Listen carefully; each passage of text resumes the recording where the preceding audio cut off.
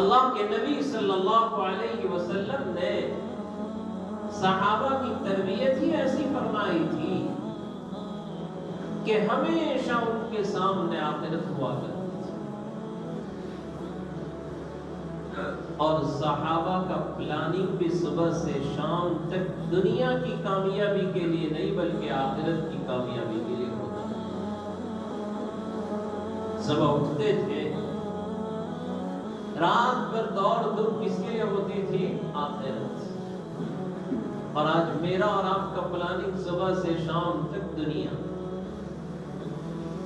کہ کیسے میں کروڑ پتی بن جاؤں، کیسے میرے پاس یہ سارے اسباب جمع ہو جاویں، اور وہاں پر حال یہ تھا وہ آخرت۔ ایک مرتبہ نبی اکرم صلی اللہ علیہ وسلم مسجد نبوی میں تشریف فرما ہے، صحابہ بیٹھے ہوئے تھے، اور اللہ کے نبی صلی اللہ علیہ وسلم نے ارشاد فرمایا کہ میرے صحابہ سنو، ابھی ایک شخص آنے والا ہے، وہ جنتی ہے۔ کیا فرمایا آپ نے؟ جنتی ہے۔ اب صحابہ جو تھے وہ جانتے تھے کہ اللہ کے نبی صلی اللہ علیہ وسلم جسے جنتی ہونے کی بشارت سنا دے دنیا میں، اس کی جنت پکی ہے، کوئی دو رائے نہیں۔ اب صحابہ انتظار میں کہ کون سا ایسا خوش نصیب کہ اللہ کے نبی جس کے بارے میں جنتی ہونے کی بشارت سنا رہے ہیں۔ تھوڑی دیر ہوئی اور ایک نوجوان، ان کی داڑھی سے وضو کے پانی ٹپک رہا ہے، اور مسجد نبوی میں جب داخل ہوئے اللہ کے نبی نے فرمایا ھذا رجل من اہل الجنہ، ھذا رجل من اہل الجنہ، جنتی آدمی۔ اوہ صحابہ تو خوش ہو گئے، جنتی آدمی کو دیکھ کر اپنی آنکھوں کو ٹھنڈک پہنچی، مجلس برخاست ہو گئی۔ دوسرا دن ہے، اللہ کے نبی آج بھی مسجد نبوی میں، صحابہ بیٹھے ہوئے ہیں، آپ نے پھر وہی بات دہرائی کہ آج بھی ایک جنتی آنے والا ہے۔ اب تھوڑی دیر ہوئی کہ وہی صحابی جو گزشتہ کل آئے تھے وہی آئے، اللہ کے نبی نے آج پھر کہا ھذا رجل من اہل الجنہ، بھئی یہ جنتی آدمی۔ 3 دن تک مسلسل ایک صحابی کے بارے میں اللہ کے نبی جنتی ہونے کی خوشخبریاں سنا رہے ہیں۔ ایک صحابی اس مجلس میں بیٹھے ہوئے جن کا نام ہے عبداللہ بن عمرو رضی اللہ عنہ۔ کیا نام ہے ان کا؟ عبداللہ بن عمرو۔ اور صحابہ میں سب سے زیادہ عبادت گزار اگر کوئی صحابی ہے تو عبداللہ بن عمرو ہے، یاد رکھیں۔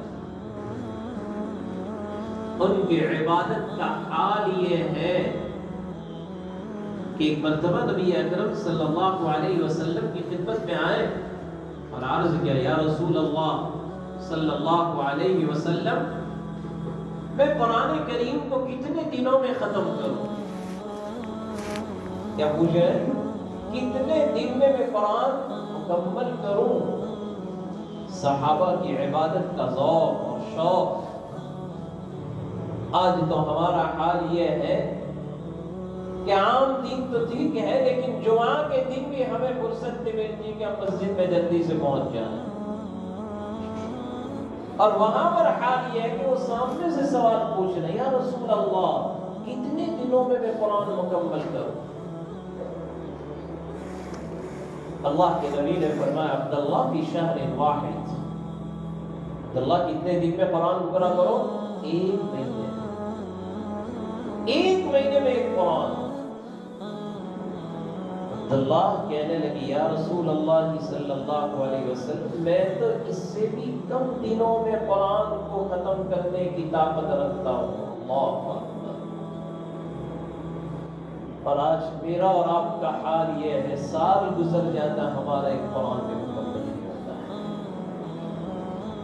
نیت کرو دوستو کہ ہم روزانہ کچھ نہ کچھ قرآن پڑھا کریں گے انشاءاللہ۔ کرتے نیت ہے سب کو انشاءاللہ کچھ نہ کچھ قرآن۔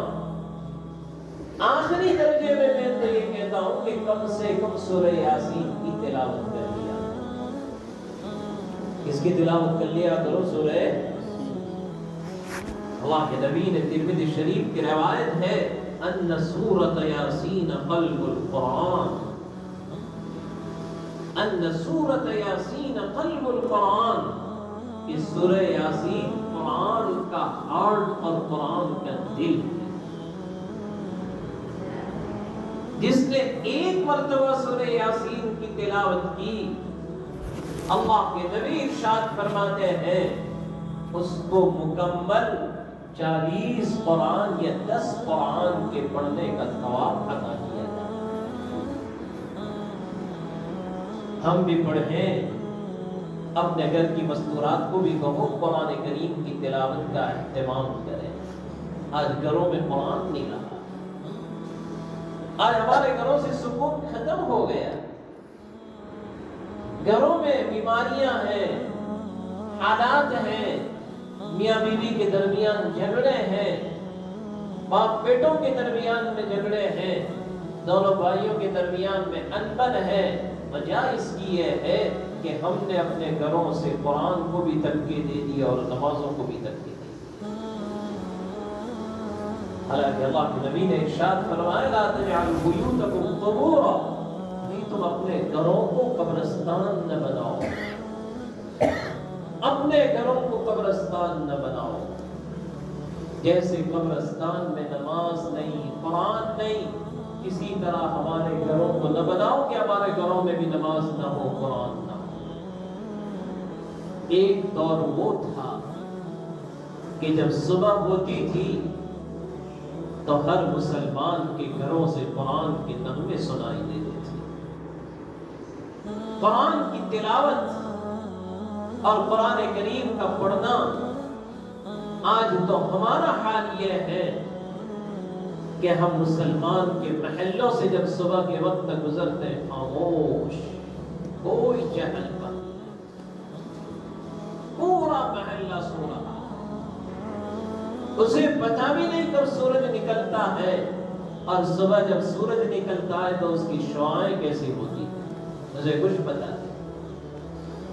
پھر ہم شکایتیں کرتے ہیں کہ روزی میں برکتیں نہیں، گھروں میں سکون نہیں، بیماریاں نہیں۔ وجہ یہ ہے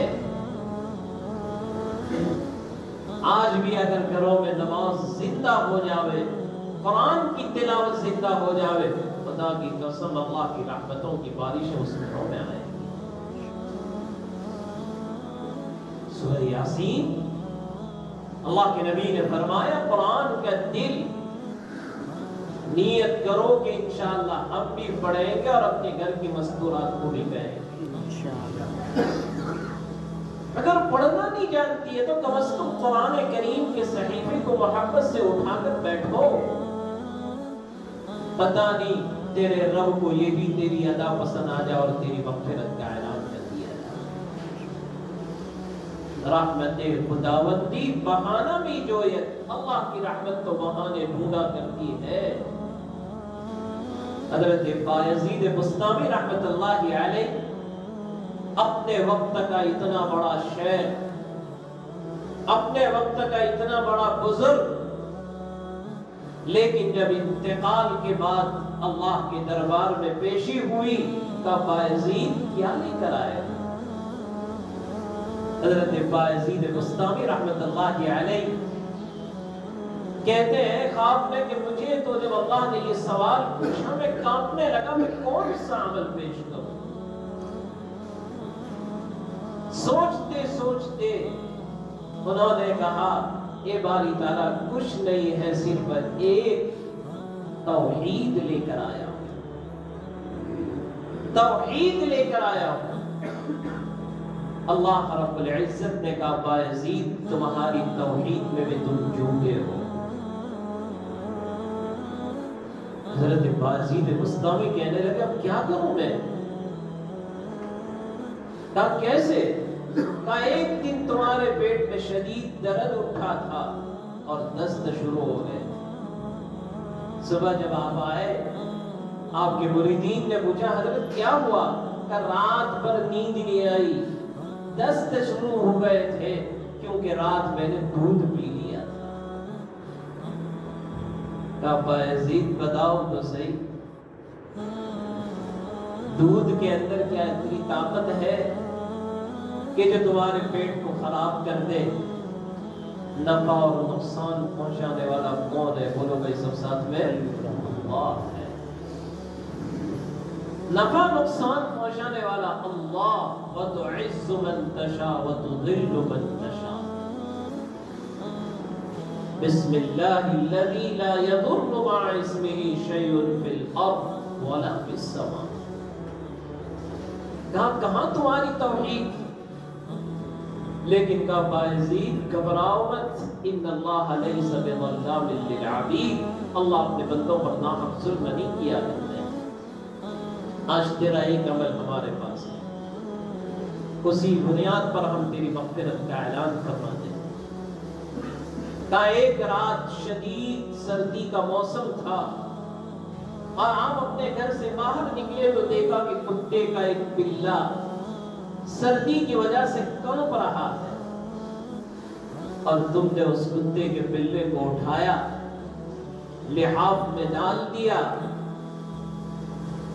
اور رات پر اس لحاف کے اندر وہ کتے کا بلہ رہا. بایزید جب دنیا میں تم نے ہماری ادنا سی مخلوق کے ساتھ یہ مہربانی کا معاملہ فرمایا، جاؤ آج ہم بھی تم پر رحم کا معاملہ فرما کر تمہیں بھی معاف فرما دیں.